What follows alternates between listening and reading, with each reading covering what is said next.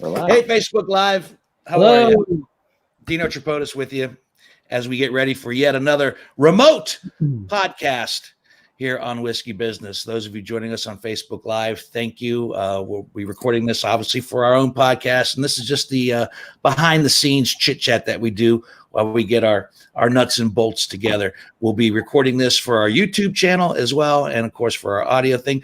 Those of you tuning in now, though, will probably see some extra things that those who will watch it later on YouTube might not get, and definitely those listening to it on the audio version will not get as well. So let's just tell you that tonight, before we introduce them officially, George Wolf and Hope Madden are joining us from the screening room and madwolf.com and Fright Club. And if anybody knows anything about movies, it'd be these two. And tonight, for those of you who've been sitting at home wondering, nothing, I've watched it all. 1998 World Series again?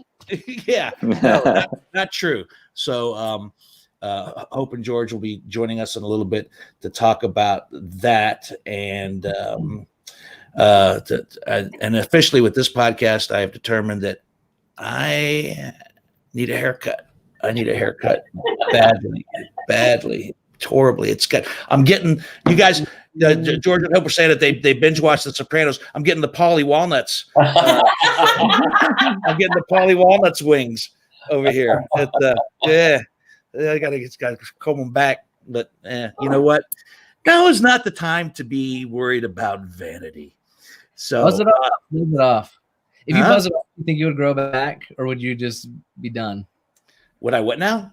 If you buzzed your hair, would you think it would ever grow back, or would it just be you'd be bald for the rest of the time? You were saying, well, do I think it would grow back, or my hair would say like, okay, you gave up, so we're giving up? Is that what you're saying? Yeah, I have no idea. I don't know. I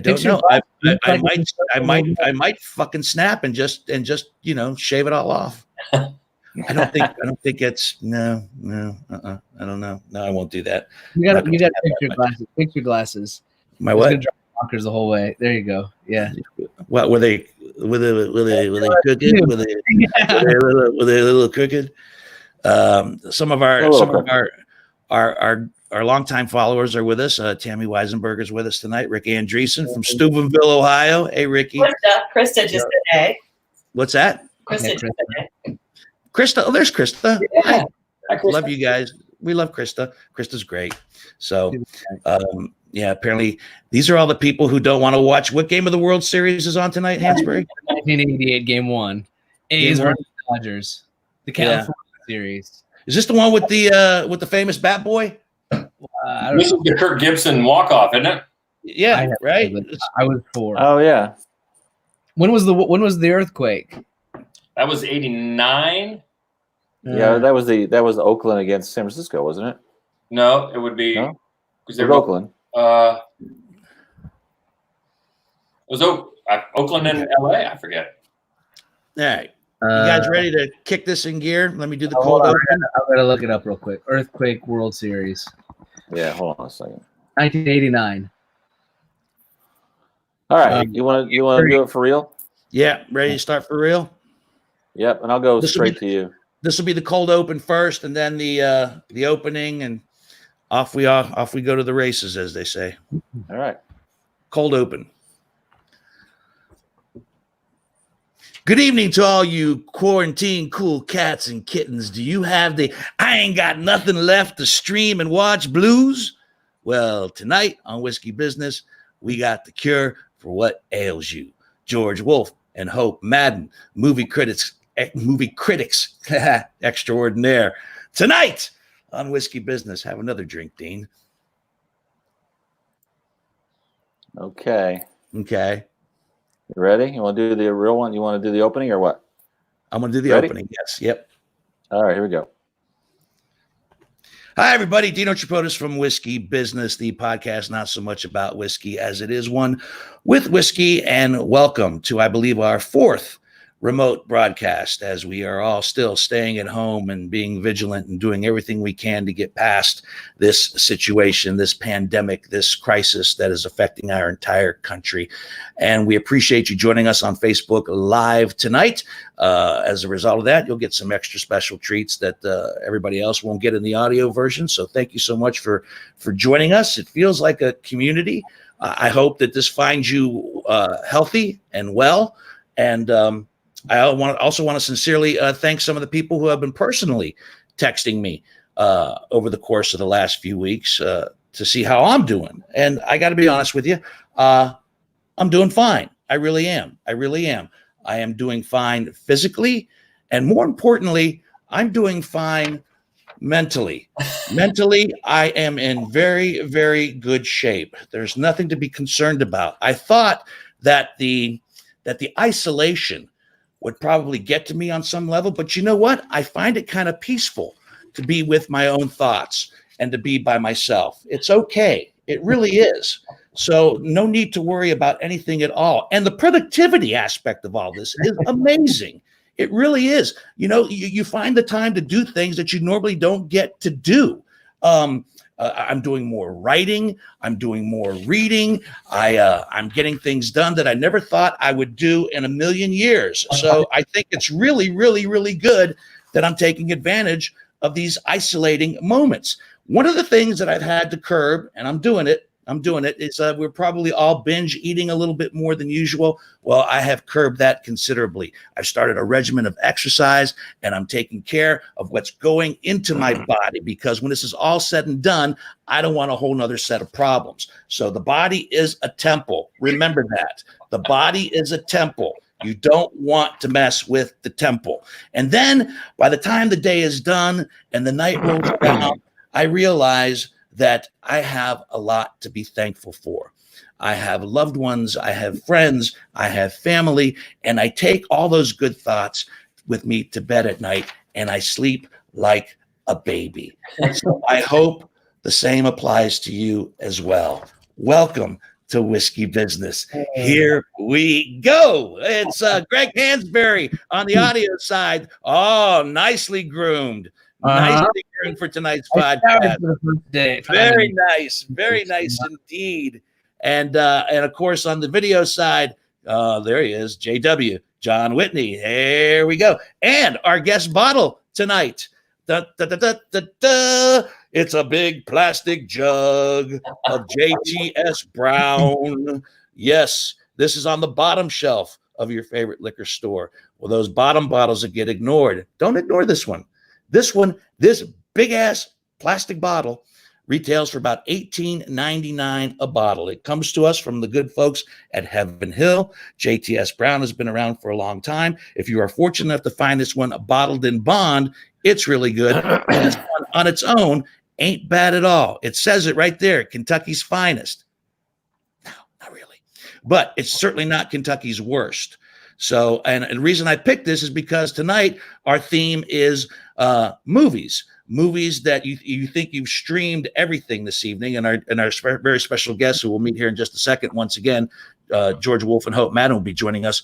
If anybody knows what to stream, they will come across some things that maybe you have not taken advantage of, and what is really good and worth streaming. But I picked this one tonight because it's a movie. It's a movie bottle. This is what Jackie Gleason drank in the movie The Hustler with Paul Newman. So if you're looking for a classic that's got this whiskey in it, that would be the one. So that is our guest bottle for this evening. And I made a mistake. It is our 120, I believe, 8th bottle. I said 100 or 127th. I forgot to put Parker's on there on the list, but I wrote it down. So I spoke in error last week. So we're getting close to 130 bottles. So there we go. We've opened things up. If you're just joining us for the very first time on Whiskey Business, you're in for a treat. Let's get to it, shall we? Let's meet our very special guests for tonight. From the screening room, from Fright Club, madwolf.com, what I consider to be the premier movie critics in Central Ohio. And if anybody is tuning in from other parts of the country or the world, these two are the ones that you should check out. They know their stuff. George Wolf and Hope Madden, welcome back to Whiskey Business. Thank you, guys. You. How are you? Good. How are you surviving this real life horror film? Well, honestly, I've prepared my whole life for the zombie apocalypse, so this apocalypse is kind of a yawn. I'm not going to lie to you. Yeah, right. Life isn't that much different for you? Not for me, no. I don't ever really leave my house anyway, so I have to get Chipotle to go now. Other than that, it's basically the same. Right. I'm gonna title this podcast when we actually put it up on Monday. I'm gonna call it "Stream a Little Stream for Me" because we're gonna talk about movies that are available for streaming. I've heard from a lot of people, man, I've watched everything. There's nothing left to watch. It's just like, and I know that they're breezing by titles, and some of those titles I think might actually pop up in tonight's conversation with you guys that they're probably ignoring, or maybe just because the title of the film, it might be that doesn't sound good to me, whatever the case might be. But we're gonna set them straight. We're gonna talk about what you guys think people should be watching on Netflix, Hulu, and Amazon. Yes, Yep. Did I get that? I'll It took a couple of weeks, I think, to get going now, but now there really are a lot more brand new movies coming to streaming. They're smaller movies, a lot of them, except for just this last week we had the big release of Trolls World Tour. But other than that, there's some really good smaller movies that are going right to streaming that are worth checking out. Yeah. Okay, and let's start with that because that was what you got there. Oh, Hansberry wants to do his business. I forgot about business. I'm right. Sorry. I got right into the content. You would think after 20 episodes, I would figure that out. I think I have some glitter. You do. So I get some glitter. When I have a 5-year-old daughter, sometimes you just end up with glitter on your face. I'm glad it's glitter and not something else. It's glitter. It's glitter. Okay. All right. Subscribe to Whiskey Business on your favorite podcasting app, iTunes, TuneIn, iHeart. Of course, on Facebook, if you're watching us right now, go ahead and share this stream with all your friends. We appreciate that. Instagram, Twitter, YouTube, Whiskey Business with Dino Tripodis. Plus, all of this and more can be found at our new website, whiskeybusinesspod.com. That's it. Get back to the fun stuff. Okay. I'm sorry. I should have gotten to that earlier. But I get so excited when George and Hope are on because they have so much to talk about and so much to share. And I want to start with that. When Trolls debuted, that was kind of like the first big movie that they decided was going to go boom straight to the people. And years ago, I'd say as many as 5, a lot of people were bemoaning and preaching that going to the theaters was going to die. And this what happened on Friday was the future, and now it's here.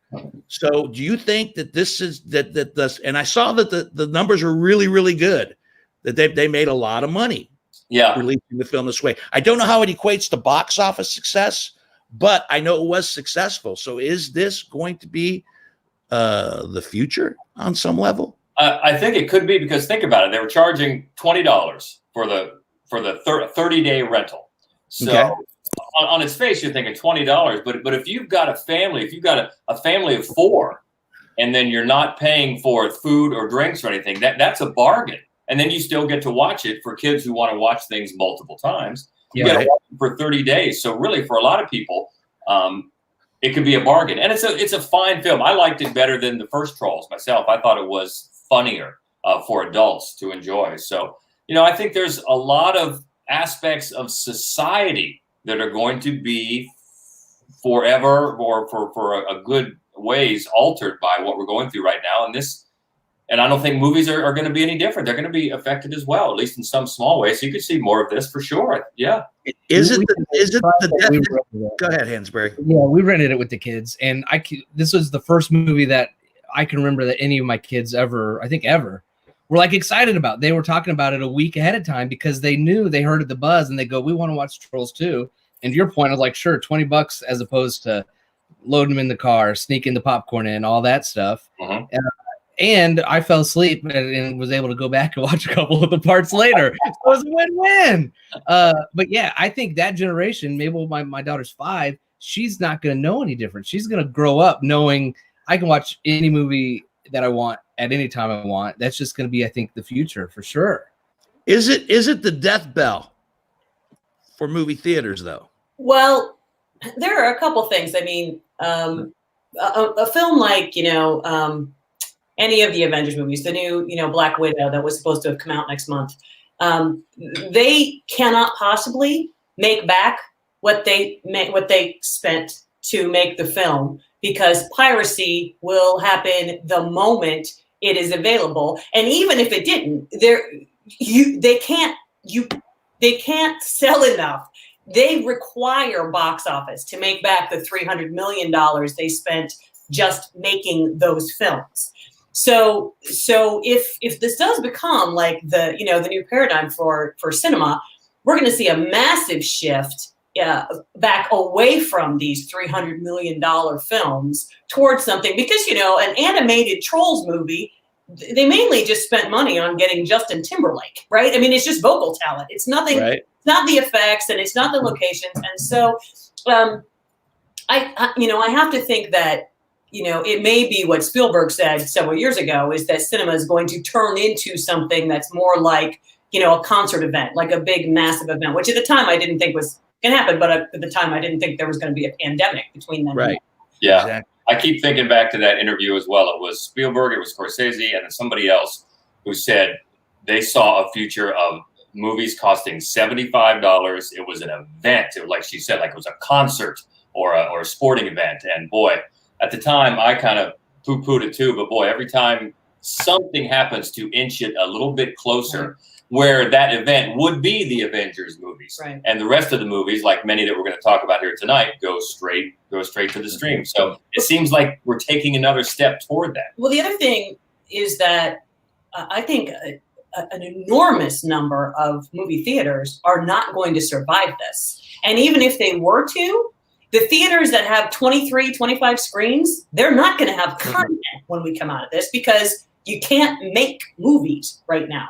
So there will be a log jam of the big, massive films, Mulan and, Black Widow, all of those. There'll be a log jam when we can finally show movies again. But all the lower budget independent films, they will already have come out, right? They didn't have to wait. So they will have already been on streaming, and then we'll hit a lag. So it's funny. This is going to be the first time in the history of the world where single screen theaters are in the best position, because they're not going to run out of content. But Lennox, right? Easton. Right. Well, I saw that AMC was probably for bankruptcy. So, and can a company like AMC, is that one of those theater companies that, to put it in automotive terms, is that a company that's too big to fail in this industry?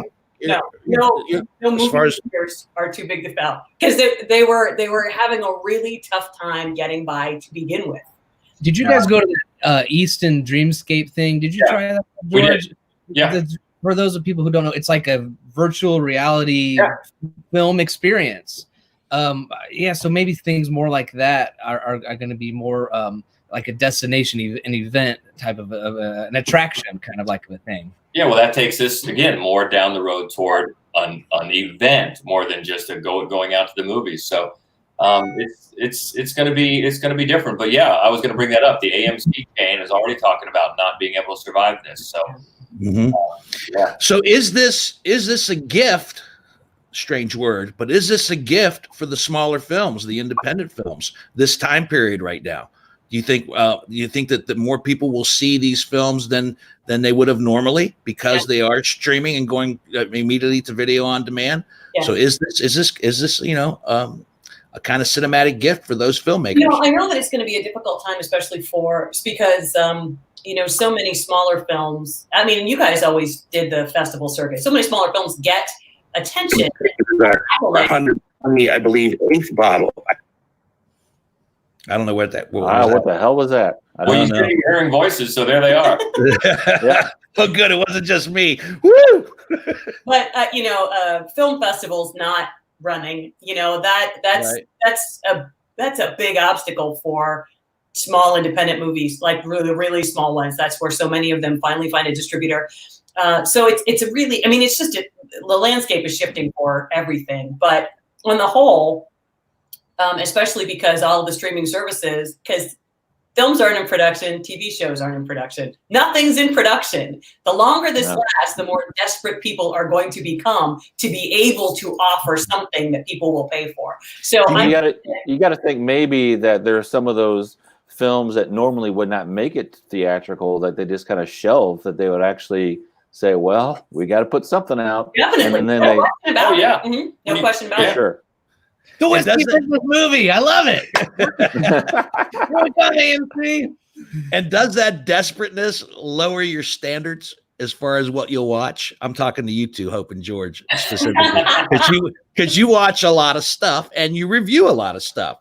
So it lowered our standards because we actually watched Tiger King. We did. That is very, very unlike us. Anybody that knows us and knows how much you pitch a TV show to us, all the new ones over the last 10 or so years, we've never watched any of them, Breaking Bad or whatever.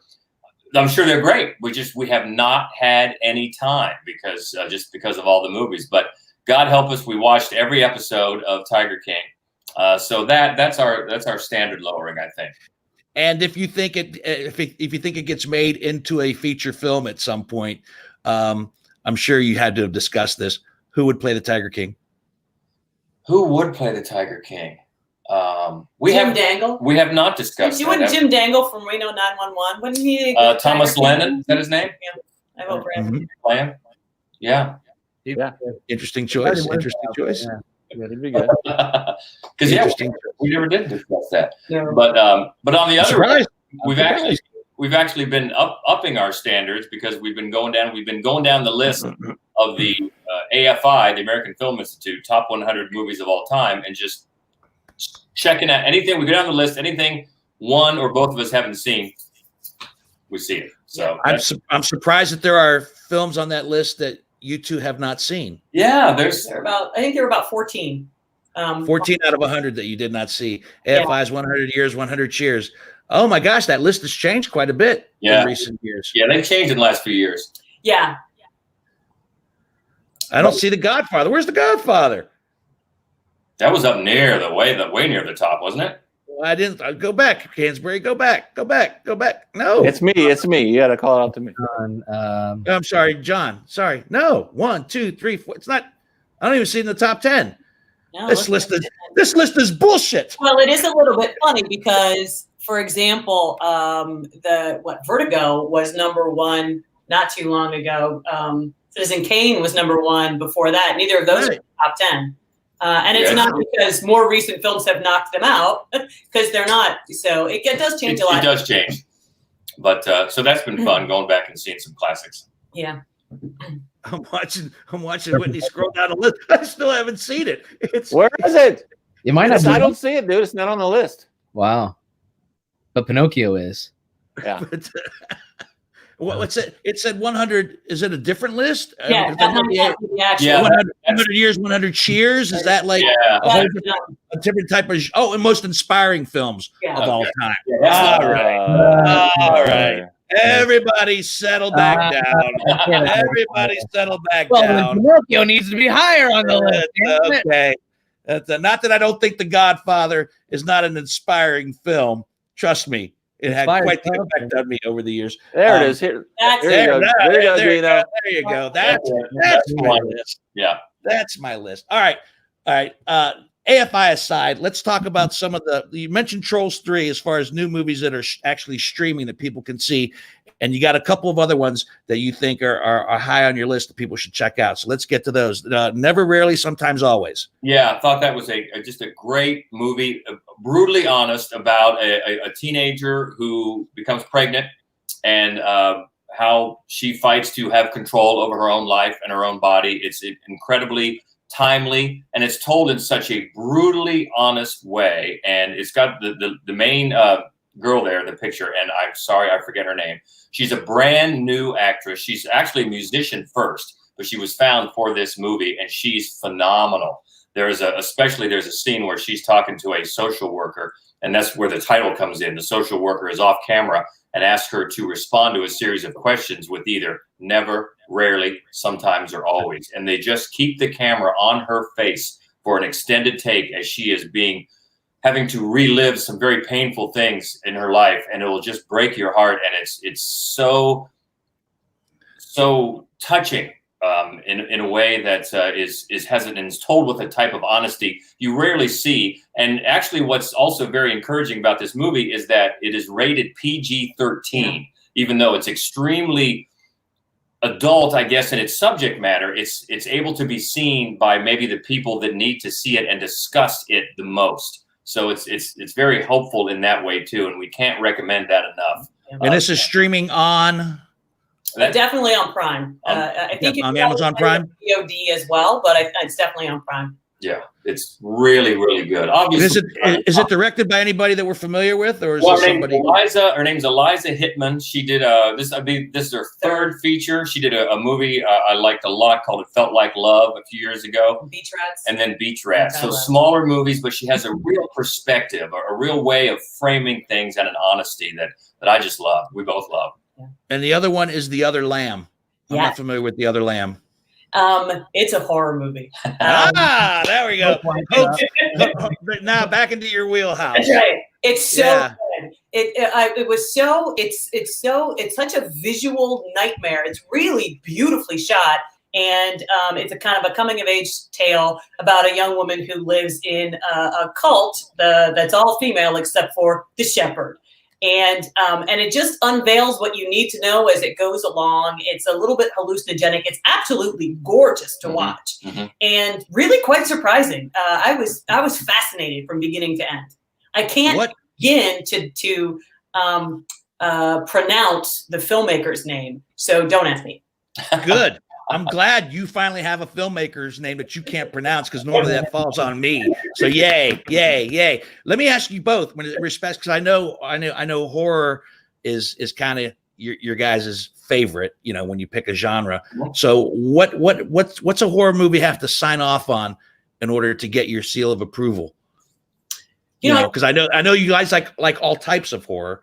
So, but are there some basic things that you need to sign off on to get that thumbs up from you guys? I think I like more of it than George likes. George does not. I'm more of a horror snob. There's no such thing as ironic pleasure for George. And Slugs from 1988, and I do. Oh, yeah. I really do. Yeah. But I think ironic. The number one thing is, am I surprised by anything? Right? Because that's tough for any film. But I've seen thousands and thousands of horror movies. So it is hard to do something that I don't see coming, and so that gets an extra star right there. I tend to gravitate things that are more psychological, that freak me out in my mind. Than how many times can you see someone get stabbed or whatever? Right. A lot of the times I'm not in for jump scares. What happened here? The lights went off, but Jordan. Oh man, that's kind of creepy. That is kind of creepy. Yeah, but I like psychological. There's someone in the house. There's someone in the house. Tiber. Oh, what? Someone gets murdered in the middle of a podcast tape. Don't even joke, man. Don't even joke. I just got goosebumps when you said that. What the hell happened? I think the overhead light went out. I don't know. Yeah. So now we just have bad lighting. I'm sorry. All right. You and Bernie Sanders. It's okay. Okay. This is the time I'd remind everyone there's an audio podcast available on your favorite podcasting app. There we go. There we go. Okay. There we go. All right. Oh my God. And this one out too. There we go. This is freaking me out. All right. Then it's gonna go black again, and there's only gonna be one of them left. That's right. There's some hooded guy behind them just standing there after the lights go back on. Seriously, is somebody making a note? Somebody make a note. This should be in a horror film script of some sort. That is just creepy. Wow. All right. Okay. I got the chills on that for a second. Okay, let's I don't want to get bogged down with too much stuff because I got a lot I want to go through. Let's hit the main streaming services and what you guys like best. Let's start with with Prime. Obviously, you got Parasite on there, the Academy Award winner, right? Yeah. So that's something that everybody should check out. And yes, you do have to read, people. You have to read the subtitles. But you also have a couple other films by him that are available on Hulu as well that we'll get to in here in just a moment. But Parasite, for those who don't know what the basic premise is about that, go ahead and tell them why they should watch that one. Check it out. Well, it's just, last year was a great year for looking at classism and sort of, the haves and the have-nots. And of all of the films last year that did it, Parasite did it the best, partly because it was constantly a surprise. The entire film changed like every 3 scenes to something that you didn't know you were watching. And I think one of the things that Bong Joon-ho does better than any filmmaker is he complicates a simple plot so that you're always like mesmerized, but always a little lost also. But it all comes together beautifully. Yeah, what's great is because a few minutes into it, you think, oh, okay, I get who the parasite is. No, you don't. Yeah. And then it goes further and now I get it. No, you don't. Yeah. And it keeps throwing things at you. It's brilliant. It's just brilliant. That's what I did love about it right from the get-go, because I thought I was settling into something that, okay, I got this. And no, I didn't. Birds of Prey. Oh, my Lord. So Birds of Prey, this is a film that benefited from incredibly low expectations. We didn't want to see it. And part of the reason is that it is Suicide Squad sequel, and Suicide Squad was so terrible. And it was not good. Is that the trailer was just awful.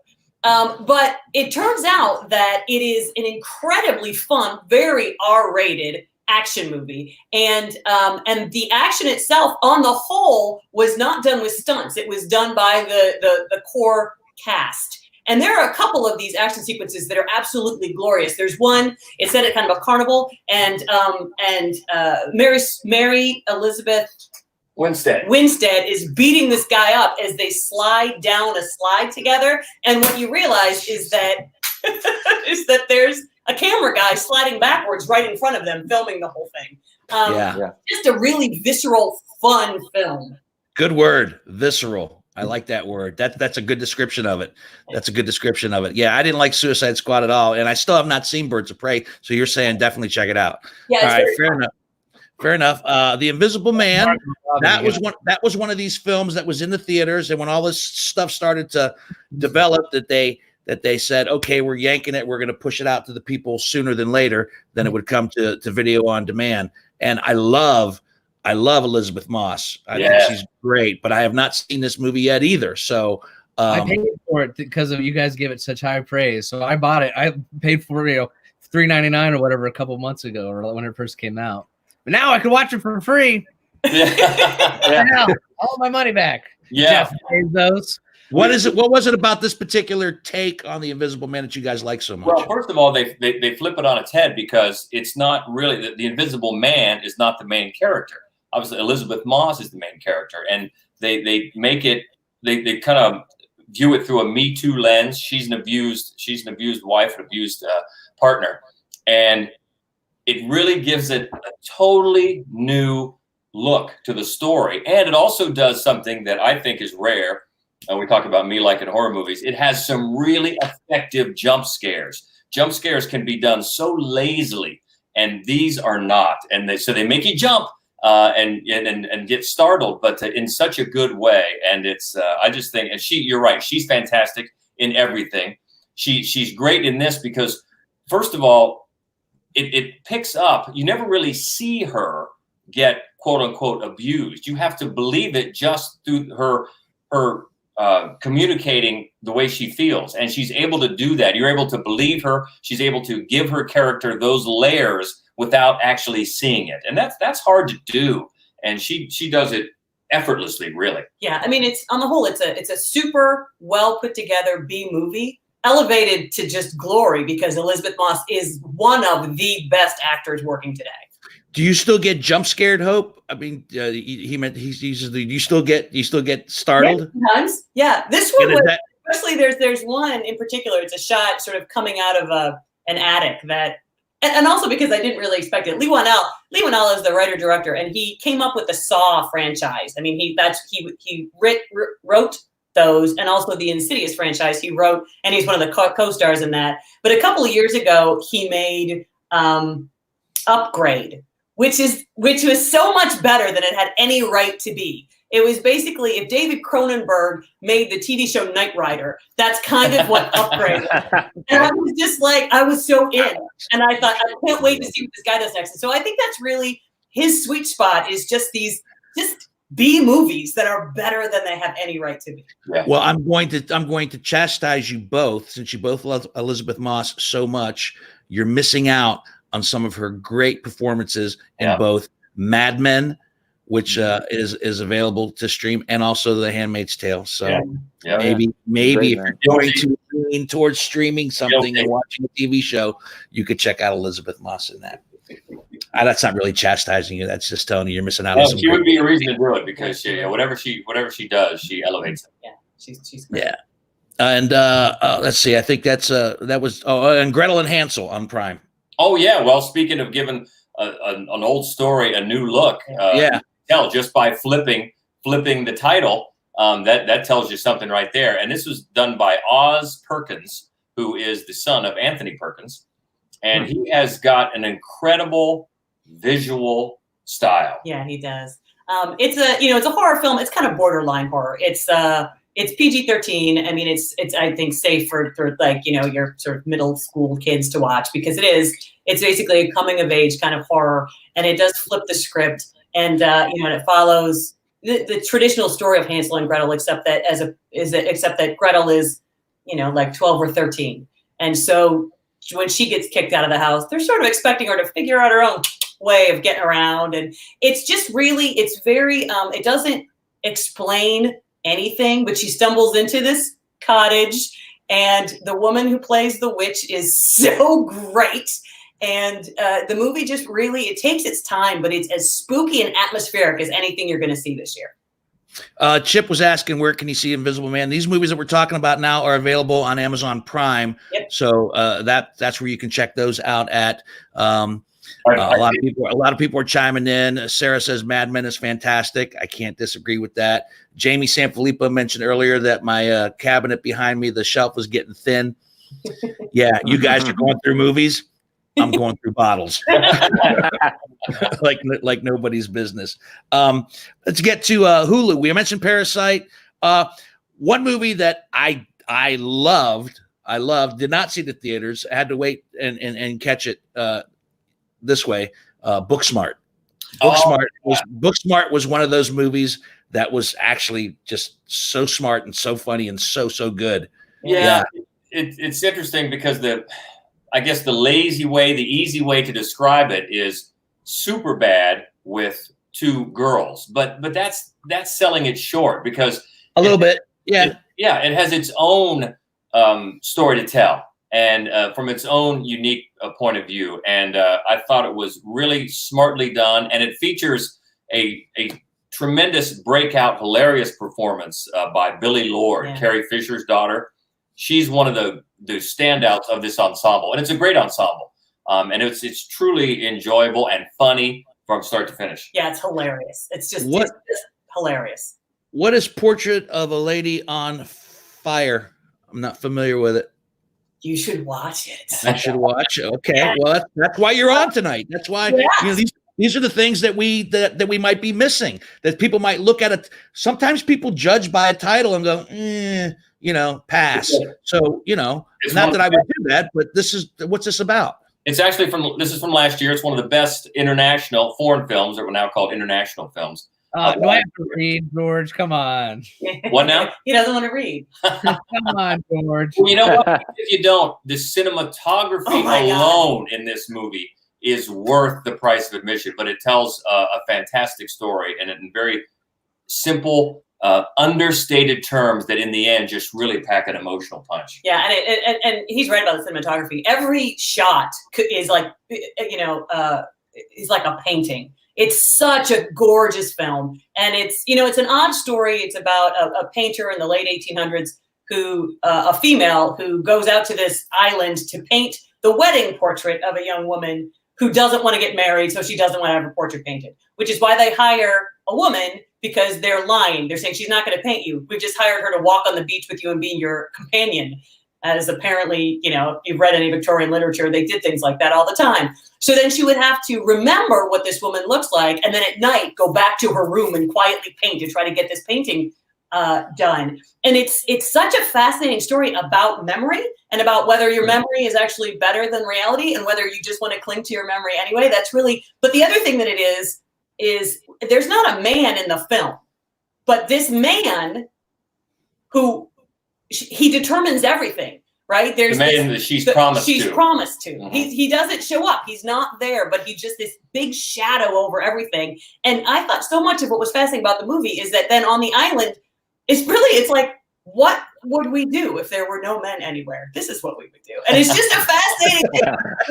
You know how many movies you've seen where there is not a female character? I've seen hundreds of them, and I'm not complaining about that. But you never see it the other way around, ever. And this is just a fascinating, and nobody's like getting out their wooden spoons and dancing to Motown, because we don't do that. So it passes the Bechdel test in spades. Is that what you're saying? John Whitney chiming in. Look at that. I'm busy finding pictures and stuff, guys, and you're talking. So I'm just no. Beautiful. And Annihilation. What about Annihilation? Oh, Annihilation. That one sort of slipped through the cracks. It's more of a sci-fi movie, but for a lot of people, it could qualify as horror because of one scene. One scene that really does jump out at you, and you will probably walk away remembering that one scene. But it's very much of a head trip. But I thought it was really, really effective. I liked it a lot. Yeah. This is on Netflix, because I got my notes said it was on Hulu. Is it on both? It's on both. I think it's probably on Netflix as well, actually. Okay. All right. Cool. It's a writer-director who did Ex Machina, which is just glorious. If you haven't seen that, do it right away. Yeah. Great. Yep. It's much bigger. It's this big sci-fi. There's just this sort of bubble, and when they send Marines or whoever into the bubble to figure out what's going on in there, they never come back out. And the bubble just keeps getting bigger and bigger and bigger. And so finally, the group that all go in this time, are all women. It's not very clear why they're all women. It's like somebody was like, I think we can get back out. And the cast is great. It's Natalie Portman, Tessa Thompson. I mean, but once you're inside the bubble, the way they shift reality is just incredible. Yeah, it reminded me, especially as it got toward the end, of a little 2001, which is one of my favorite movies ever. So it's a little, again, a head trip that way, but and that one scary scene that you will definitely remember. And I think that's worth checking out. Yeah. Okay, before we move on to the other things, and because I'm Hansberry, I'm minding the clock tonight. But before we do that, 42 minutes, Before we do that, I know that, and we get to towards the end, because we're going to close on my favorite genre for the night. You guys have got some stuff coming up this week that people should know about. Those of you who are tuning in live right now to Facebook Live should know what you guys got going on. So let's talk about that for a second. Things that people can be a part of after they get done, enjoying you here tonight. Well, tomorrow night is going to be our monthly Fright Club live. Fright Club is our podcast, our horror movie podcast. And then once a month, usually when things are normal, we show a movie live and record a podcast live at the Gateway Film Center. And we're going to do that tomorrow on Vimeo, live on Vimeo. It's a free link. You can find it either on the gatewayfilmcenter.org. They'll have it up. It'll also be on our website, madwolf.com, and our Facebook page, which is Mad Wolf Columbus. So lots of ways. We'll be recording that live, sort of like you're doing now, talking about things. Tomorrow we're going to be talking about horrific masks, since everybody's wearing masks these days. That's right. So it's at 7:30 tomorrow, and the podcast always does that. We pick a theme, and then we just talk about the 5. She picks a theme. I pick a theme, and I pick 5 movies that I think are the best 5 that fit that theme, and then George looks up a bunch of notes. But it is a great topic actually for horror. Mask. So 5 mask movies. Well, we're going to do Fuzzy Mouth. Sometimes it'll be 6. It'll be 6, and mainly instead of it'll be the character. So usually it is about a movie, but in this case, we're focusing on the specific character in the mask. Mm-hmm.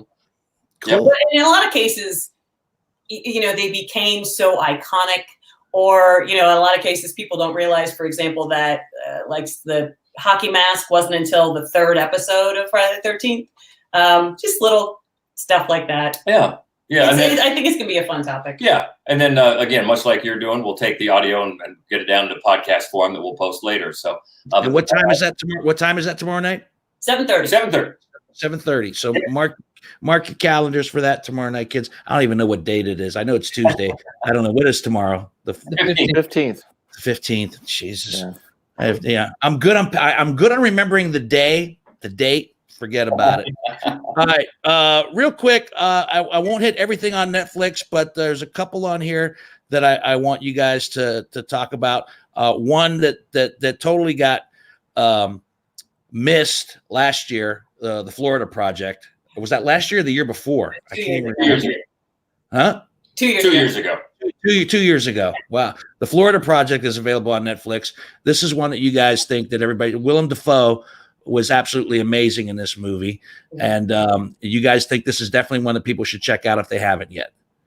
Yes, 100%. It is such an odd film, and it's really, on the one hand, it's just about American poverty in a way that I know I've never seen it depicted, and it's set right outside Disney World in Florida. So, and it focuses on like these little kids, these like 5-year-old kids, and kind of playing in the parking lot of this motel where their different parents live and try to get by, and it's just shot, the colors and this sort of overblown Disneyland off-brand that you get just past the park creates such a grotesque playground where you watch this transpire, and it's really, in its end, it's about sort of innocence and hope, but it's such a great movie. And Dafoe is remarkable, and the little girl, I believe her name is Brooklyn Prince. Fantastic. Yeah. And she's gone on now. She's continuing to act. I think this was her debut. Mm-hmm. She's fantastic. And when is that guy going to win an Oscar? I know. What's he got to do? Right. Poor bastard. I mean, he gets in these great films and these great performances that are in small little scene films, but man, he's overdue. He's overdue. For the Lighthouse alone. Yeah. I mean, last year. I was going to say, I meant to tell you, I downloaded The Lighthouse to watch. Yeah. Cool. It was a good movie. It was fun. It was fun. Fun? All right, fun's a good word. That is. Killing of a Sacred Deer. Now, that's one of those. That's when I said something that some people will just be like, "Oh, should I watch? What should I watch?" Killing of a Sacred Deer. That's one that they might just pass on by because the title. That actually, one of the stars in that is the girl who is the main actress in the Other Lamb. But the main stars here are Colin Farrell and Nicole Kidman. And it's done by a fantastic filmmaker, if I can pronounce his name right, Yorgos Lanthimos, who did The Favorite last year, which everybody saw.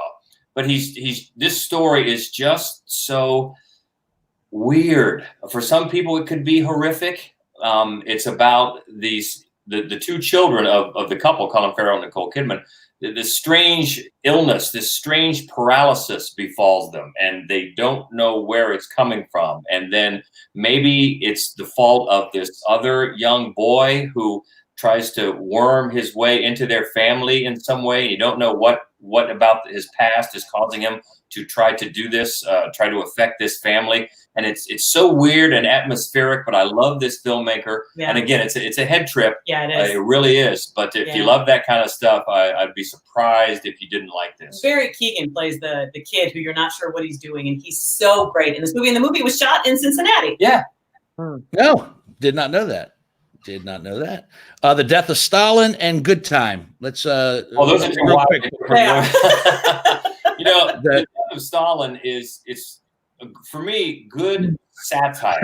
Another one that people might look at the title and go, pass. Right. It's a lot more fun than you think. It's so much fun. It's so much fun. Satire is so hard to do successfully. Right. This it's a fantastic ensemble cast, and it's just hysterical as they go back and really try to, in somewhat of a accurate historical context, just make these true life events surrounding Stalin funny. And I know. You think about, hey, you know what? They made Hitler funny. Yeah. Jojo Rabbit. Why not Stalin? Why not Stalin? Right. Why not Stalin?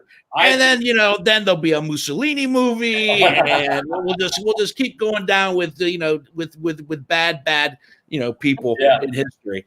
I thought this was just a scream. Some of the best deadpan humor you're going to find. And if you want a good and really appreciate a good, sharply written, smart social commentary, political commentary, satire, you can't go wrong with The Death of Stalin. That's right.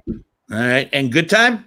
Good Time is the last one from the Safdie brothers, who did Uncut Gems last year. So if you thought Uncut Gems was a good time, then and this one is Robert Pattinson, and he's in some trouble in New York, and he's got to run a lot, and just their films just make you so anxious, and they're always they're great. I think that you can look up everything the Safdie brothers have done, and Good Time was a great one. And this is another example where a lot of people still, when they think of either Robert Pattinson or Kristen Stewart, they still think of Twilight. They both have gone on to make a series of really good small independent movies, and they both have proved themselves extremely talented. Yeah. I don't disagree with that, but that's our new freaking Batman. Yeah. We're all for it. He's great. Right. He really is. Yeah, he is. He's great, and he's great in this movie. So at this point, I'm all for whatever he's doing. Brian Stumpo joined us late. He wants to know what the guest bottle is tonight. Brian, it's Bottom Shelf J.T.S. Brown. I picked a movie bottle tonight. Whitney's drinking it. George is drinking not bad. It's not bad. No, it's not bad at all. $18 a bottle. No, for $18 a bottle for a big old plastic jug of this. I know Jamie Sanfilippo's tuning in, and I told him that this was going to be the guest bottle. So I know Jamie will be sampling some of this before it's all said and done at some point. Once we get past all this bullshit, I'm sure there'll be plenty of it left when you come over. It's always good that when we come on, we get the behind the tree ornaments. That's right. I know. I was talking. We were talking about that. It's so weird. Like when you guys, I know you guys aren't big bourbon drinkers. I know George likes a little Canadian whiskey, and Hope you enjoy a little vodka, but you like your craft beers and whatnot. And so we never get like a really good bottle of whiskey when you guys are on, because what's the point? And even remotely, you're getting the bottom shelf bottle. I think that's wonderful. That's fine. So, but this is actually pretty good stuff. So if you see this on the bottom shelf of your favorite liquor store, as I mentioned in the beginning of the podcast, pick it up. It is a liquor value in these tight times. It really is. I was suspect. I was suspect, man. I'm into my second glass. John Whitney, when would I steer you wrong? When would I steer anybody wrong? Trust me, there's some bottom shelf stuff that needs to stay on the bottom shelf and never be picked up by anyone, but not this one. Not this one. Drinking It's good. All right. Good. Okay, here we go. Our favorite topic, and it's I credit John Whitney for coming up with it. We want to talk about just to cheer everybody up. Post-apocalyptic end of the world movies. Yes. Just in case this is it. So which ones should we tune into? We've got that picture in the back of you guys right there, right? From Mad Max Fury Road. Yes. That's definitely that's been one of the best additions. I don't know if you want to call it an addition or a continuation to this story, but wow. Yeah, we talked about this, I think, when you guys were on a couple of years ago, about how it was one of the best movies of the year when we were talking Oscars. Well, when we were best films of the decade, this was our number one film. It's just it's I think the best action movie I've ever seen. It takes everything that was great about the Mad Max films, which especially the second Mad Max film, where you're just moving forward the whole time. And then, not only is Tom Hardy a great Max? But oh my God, Charlize. Furiosa, she owns that movie. Yeah. Oh, and then that thing on his face. George hates that thing on his face so much. Talking about Max when he has the right there in the picture until he got that off, it just bothered me so much. He's got to get that off. Yeah. So yeah. You know, and I've heard people say, "Well, it's nothing but a car chase." Yeah, that's right. Yeah. And it's it's an amazing what it is. car chase. Yeah, love it. Mad Max, Snowpiercer, which is actually being made into a television series. Yeah, that's also it is. Who did Parasite, and when it came out, it just got shoved. I think it was part of the Harvey Weinstein debacle that he had it in for somebody and he just shelved it. It didn't get the attention or the release it deserved at the time. No. But it's the big screen version of a graphic novel. I'm not familiar with the graphic novel, but I thought the movie was fantastic, and how it slowly goes from car to car and ratchets up the tension as the people in the back. Again, it's a class like Bong Joon-ho likes to do. It's a study of class as the people in the back are moving up one car by one car to get to the front. I loved it. I got to tell you, this is one of the first films that actually did a dual release, right, in theatrical and online. Same date, yep. And that weekend, I said, "What the hell's this?" And I watched it. I was, boof! My brain exploded. I love that movie so much. It's great. And you know what? If you've already seen it, what you need to do is Google the theory that it is a sequel to Willy Wonka and the Chocolate Factory. Yes. Because then your brain will bleed. I know. It's so spot on. You are laughing, but I'm telling you, Google it. This guy made a video about, and you'll go, oh my God. Yeah. And you'll never think of it the same way again. It's crazy. It's fantastic. Yeah. And if I play Dark Side of the Moon as well, right? I got to play Dark Side of the Moon. The TV show, or is there a Snowpiercer 2 movie coming out? There's a TV show coming out either, I think on TNT, I think is doing the TV show. So that'll be interesting how they expand upon that and play with the theme. So that'll be kind of cool. They usually do a pretty good job. TNT does some good stuff. Zombieland, the first one, is on your list as well. Love Zombieland. And a lot of people, when all this shit started to happen, a lot of us have been waiting to see if zombies are the next thing. But this movie is just tremendous every step of the way. Yes. Mm-hmm. It's so fun. Nut up or shut up. I mean, that's right. Yep. And one of the got to be one of the all-time great surprise cameos. Not a surprise now, but at the time, that was one of the all-time best surprise cameos. Yeah. And a meme going around. There's all the cast. There's a still from the movie, and they're in the grocery store, and the shelves are stocked with toilet paper. So the meme is, this isn't real. This has got to be fake because there's actually in the grocery stores there. Loved it. Who do you think's gonna make? Who do you think? What director do you think is going to make this movie, not this podcast movie right here, not this. This about this, about what we're going through, and what do you think? How is that going to affect people creatively and cinematically? Do you think there's going to be everybody? I know the Contagion went crazy on people's binge watch because they were saying like this kind of predicted it what was going to happen. Yeah. So as far as you two are concerned, when you think of a director and somebody who could actually do a story like this justice and get behind the scenes of all of it and make it even cinematically more dramatic than it already is, I mean, who do you think that would be? Well, the first one that jumped to my mind was David Fincher. I think it could be done by different directors taking different approaches to it. But that's the first one that jumped to mind. It going dark, going very dark. But I could see someone doing an absurdist comedy about it too. I mean, there's a lot of ways to approach it. But that's the first one that jumped to mind.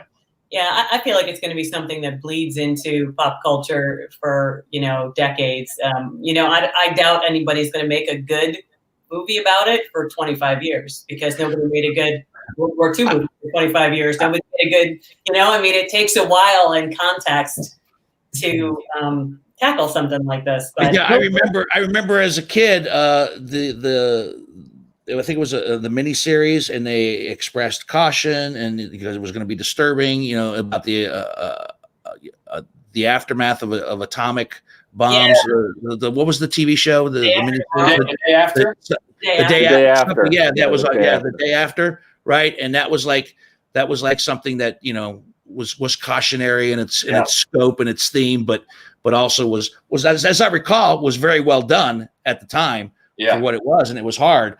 But then again, and Whitney told me to watch this, and then I recently watched Chernobyl, and that was gut wrenching in its own realities as well. So, how far away do you think we are from this being moved over to?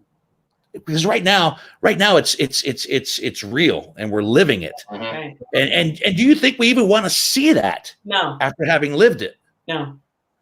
It'll be like the 9/11 movies that came out 10 years after. I think what's going to happen is you're already seeing it with, again, the digital content that we're absorbing right now. There's going to be in 9 to 18 months, all the people who said, "Oh, I wrote that script when I was in quarantine," or I wrote that record. I wrote all these songs when I was held up in a cabin somewhere. I think there's going to be a creative renaissance here, not about the quarantine, but inspired or by this is true. This is true. I think a lot of music, a lot of books, a lot of things are going to come out of this because people are sequestered at home. I'm guilty of that. I'm working on something right now that's inspired by the fact that this is happening, and so I get that. But as far as the actual subject matter itself, well, you bring up a good point. You think of all the movies about 9/11 that came out after that. So many of them were so heavy-handed, so forced. Yeah. You had to go through those until you get to the ones that deal with it on a level that, to me anyway, makes it so much more resonant. That doesn't just beat you over the head with it. So a filmmaker, even somebody like Lynn Ramsey, who did You Were Never Really Here, and who did We Need to Talk About Kevin, who looks at things in a different way, not the Hallmark Lifetime movie way. I want to see David Cronenberg do it. Okay. Oh, see, that's a good choice. That's an interesting choice. I haven't heard much from him. I haven't. Not Tiki. What? How do you pronounce his name? Jojo Rabbit. Oh yeah, Tiki. That could be his follow up. But he said he quit making films. What's going on with that? I don't know what's going on with that. He ain't quit, man. He just quit. He's not done making films. No, I got to laugh. He goes, whatever it is. Dan Skinner, who was a previous guest when we first did our first remote business. Yes, he goes, it'll go straight to co-video. That's pretty funny. That's pretty funny. He's doing the next Thor, right? Yes. Right. Oh, he's going to do a follow up for Ragnarok. Right. That's awesome. Mm-hmm. That's right. Paul Anthony says it follows. Sleeper that is creepy. It follows was good. Yes. Yeah, people are chiming in with some of their favorites as well. Great. We love that movie. I did too. That was creepy. 12 Monkeys was just on regular cable the other night. I caught the last 10 minutes of it. I've been doing a lot of that. When I can't sleep at night, I'll go just to all my cable channels and I'll just channel surf, and I'm watching like the last 10 and 12 minutes of like so many movies that I've seen before and some that I haven't, and yet then I'll click the info button to see what the basic description was. I go, okay, I got to figure it out. But I've been doing that. I've been saying I caught the last 10 minutes of 12 Monkeys with which with Brad Pitt won a gold. Did he win? He got the Golden Globe for that. He didn't win the Oscar, but he got the Golden Globe. This is my favorite Terry Gilliam film. I liked it better than Brazil. Wow. Myself, but I don't know. I'm kind of great. I really love the look of it. I like the story. I like the art direction. All that stuff. It's just a great film. Yeah, it is a great one. The one that I most want to point out, because no one saw it, is The Survivalist, which is on Prime right now. We double checked. It's very spare. It's so good. It's like probably 20 years into the apocalypse, and this guy is just living in a cabin. He's growing some food. He just does what has to be done to make it. And then he comes, two women, an older woman and a younger woman, come and they just want to trade, and things start to go wrong when he is no longer solely interested in what he requires to survive. He wants something that he wants. And it's such a fascinating just look at what you're willing, about how your life can devolve when all you're doing is surviving. And then again, how dangerous it is to want something. It's such a great movie. So you shouldn't pursue anything in life. You should be happy with what you got, because when you step outside and see other things, your life goes to shit. Is that what you're telling me? Stay in the house, Dean. Stay in the house. A little danger. What's that? Maybe life isn't worth living without a little danger. Yeah, that's right. True. Well, that's a good motto. And It Comes at Night was the other one you have on your list. Oh yeah, love that one. That was one of my favorites. It's very polarizing.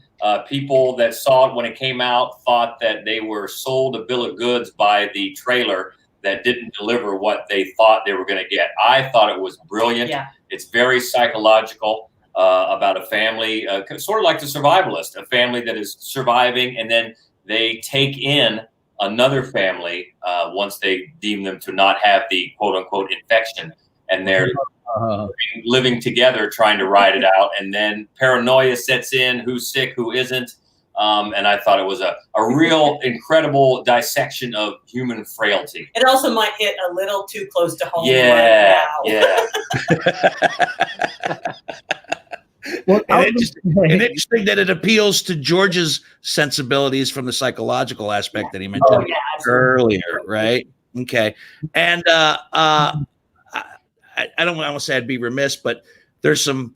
I saw the Day the Earth Stood Still the other night was on, and I watched that. When you talk about I was on with you guys on your podcast for Bride of Frankenstein. I know you guys like some of the old classic black and white. Keanu Reeves? You didn't think Keanu Reeves one? No. The Robert Weiss one. You want the Robert Weiss version? Yes. Robert Weiss version. Yes. The Day the Earth Stood Still. And it's interesting how movies like that from back then still kind of resonate now with everything that's going on, because we are kind of at a standstill, on some level. Anyway, I know people are still going out and people are doing things. You can go to the grocery store, but day-to-day living has kind of come to a somewhat of an emotional standstill in a lot of ways. So when I was watching that, it kind of resonated a little bit more than it did in previous viewings from years past. So Klatu Barata.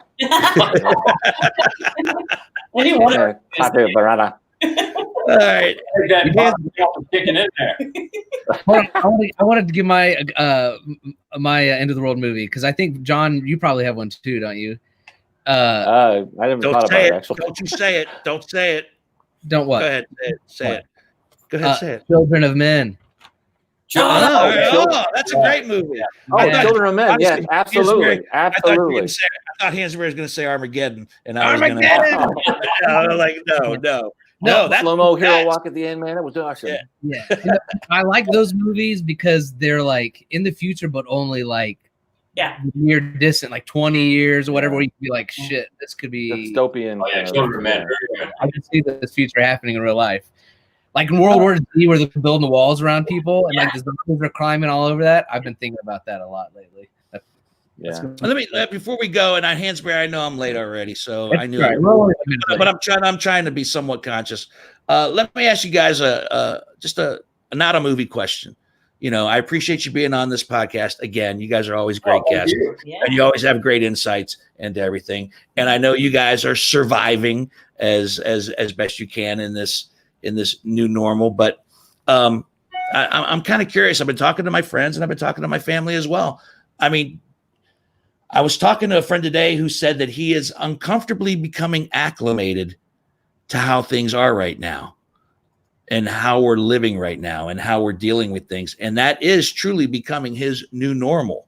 So do you think we are forever changed moving forward? Or do you think we're going to get back to how we were when you were over at my house, sitting right across from me, talking about this year's Oscar picks or guilty pleasure movies or whatever the case might be? What do you guys think how it's going to be? do you talk about it? Do you think, is it, you have children, and you think about how their lives are going to be affected. Kids, I got my friend Jamie's got small kids that are in Hansberry. You got your little ones who are going through this, who are trying to comprehend it all, and on some level get what we feed them. So we spoon feed them to not scare them, but to keep them aware of what's going on. What do you think? Yeah, it's our son is in his 20s and he lives in LA, so we've been in contact with him, and he's been works in food service out there. So obviously he doesn't have any income right now, so that's a problem. But it'd be a whole different ballgame with small children. Yeah, that would be a whole different one. But I think, boy, you can't help but be affected by it. I think we're going to slowly get back to normal. What I found very interesting here lately, and you may have seen it, there's a piece going around, and I forget who wrote it, a very well written piece about how we're going to try to be convinced after this is over that it never really happened.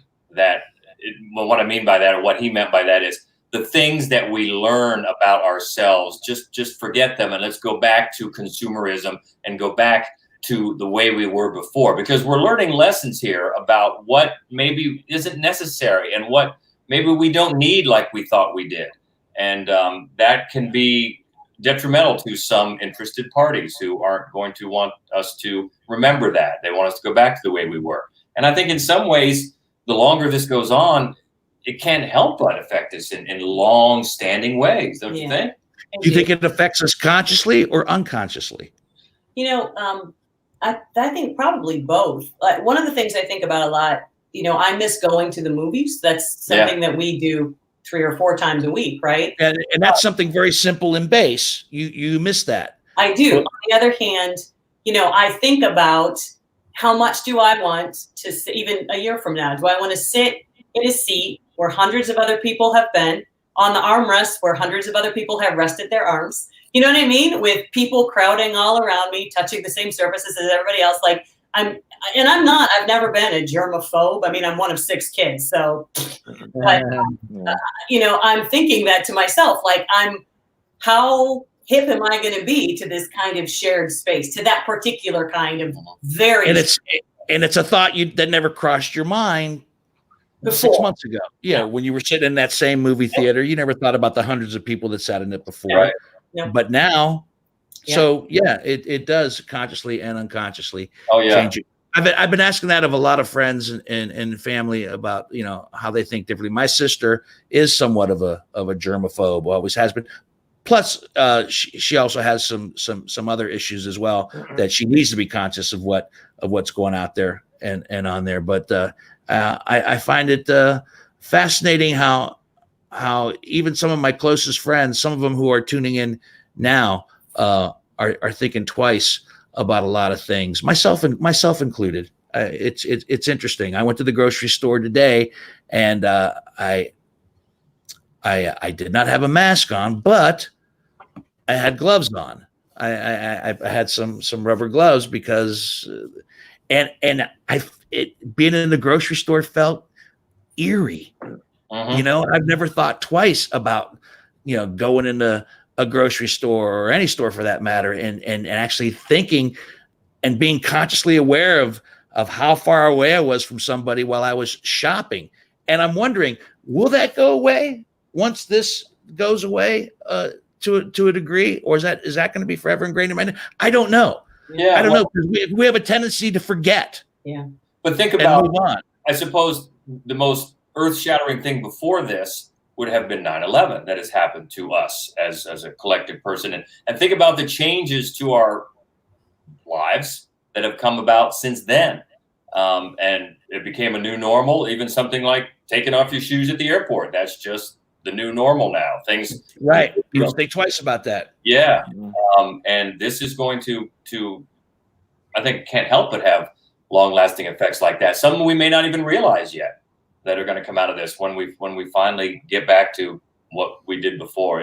What I told our friend Dan Skinner, who's tuning in tonight as well, the one thing that I am glad about is that we discussed this on that particular podcast. I'm glad people are washing their freaking hands on a more regular basis. Just that alone, just for the sake of hygiene in general, moving forward. I mean, just that little thing alone, like will do some good. I've even seen it thrown around that hey, let's do away with shaking hands. Do we need to shake hands anymore? Let's just do away with it going forward. Maybe shaking hands will go away, and we'll just do the. That's what Dr. Fauci says. Yeah, do away with it. Yeah, do the bow. Yeah. The Japanese do the bow, the elbow, whatever the case might be. Yeah. Can't go firm embrace. So, Talk about Sopranos, the kiss on the cheek, come on. It's crazy. All right, look, guys. I know Hansberry's gonna. Yeah, it's not. I'm gonna wrap it up before an hour and a half, Hansberry. So I'm gonna do that. I'm gonna wrap things up by saying a big thank you. Nowhere to go. You're all right. To the Hope Madden and George Wolf. Check them out on all their sites. Give us all the details. You got at Mad Wolf. You also got the screening room. Tell people how to get to that, and also Fright Club and all the other things that people should be tuning into. Yeah, the 2 podcasts or wherever you listen to podcasts. Also, our main website is madwolf.com. And on Facebook, it's Mad Wolf Columbus, and also Mad Wolf Columbus on Instagram. Mm-hmm. All over the place. And they're a regular feature on ABC 6 or Fox 28. Yeah, Fox 28. We usually it's been every Friday, but now since things are slower at the movie theater, it's every other Friday. But we're on Good Day Columbus at 9:30 on Friday mornings. Very nice. Telling people about the movies. So thank you. Good luck with tomorrow night's live Vimeo. Thank you. Enjoy that as well. So people tune into that at 7:30. I also want to thank my audio producer, Greg Hansberry. Very well groomed this evening. Very well groomed. You've got some business to share before we go once again. Much like George said, for Whiskey Business, of course, subscribe to Whiskey Business on your favorite podcasting app, iTunes, TuneIn, iHeart, Facebook. If you're watching this right now, thank you. Share it with your fans and friends. Twitter, YouTube, Whiskey Business with Dino Tripodis, and whiskeybusinesspod.com. And with John's help, we'll try to put some links to, first of all, to all of George and Hope's stuff, but maybe to some of these movies, whether it's the IMDb page or something. We can list these out for you. It's a cool list. It's fun. This is why we like having you on. I think I saw one of the movies you guys talked about. So. Yeah. Well, and I said it before I get to John Whitney. I've said it before. We're doing the remote podcasting right now as out of necessity, but it's kind of had its own entertaining blessings in disguise. We've had people on recently. My friend Michael Loftus, the podcast that's airing right now.